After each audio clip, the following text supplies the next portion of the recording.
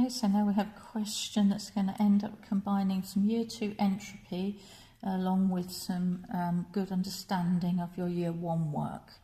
Right, so our equation up the top here, then we've got barium hydroxide. Remember, you need 2 of those, which will react with 2 HCl, which will make barium chloride and 2 waters.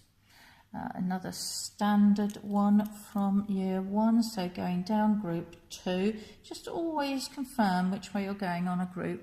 So down the group, you can write all of this in, and you probably should do. Yeah, you've got bigger atomic radius or a greater distance from the outer electrons to the nucleus. You've got more shells and therefore you've got more shielding. Therefore your nuclear attraction decreases. Therefore, less energy is needed to remove an electron. Or you could say the ionisation decreases as you go down. I would put all of it in, even though they're only giving 1 mark for that, because you never quite know which mark they're going to, what particular statement they're going to give the marks for, so it'd make a complete answer. Disproportionation, it's when one element is both oxidized and reduced. That is chlorine in this particular case. And we are looking at in one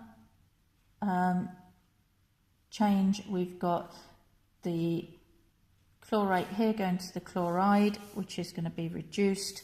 And this is a chlorate to a different chlorate, +5 to +7, so that's oxidized. Systematic names are always the ones that have got the oxidation number in Roman numerals at the end of it. So it is potassium, it is chlorate, but you need to say that that is the chlorate 7, yeah? That is 8 from the 4 minuses there, +1 gives you -7, so you've got a +7 there to balance against those.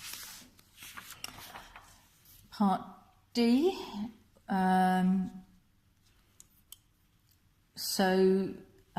We want state symbols all the way across here. So this is our precipitate reaction of barium nitrate, NO32, sodium sulfate, NO2SO4, going to barium sulfate, our precipitate, and NaNO3 is left over. So you've got 2 lots of that, and that does say aqueous, but I ran out of room. And the entropy change will decrease, and you must talk about the idea of what happens to the order in the system and the reason why. So it's got less disorder or more order, whichever way you want to talk about that, in the solid, yeah, compared to the aqueous. And in the second one, we're looking at iodine. Begins life here as a solid.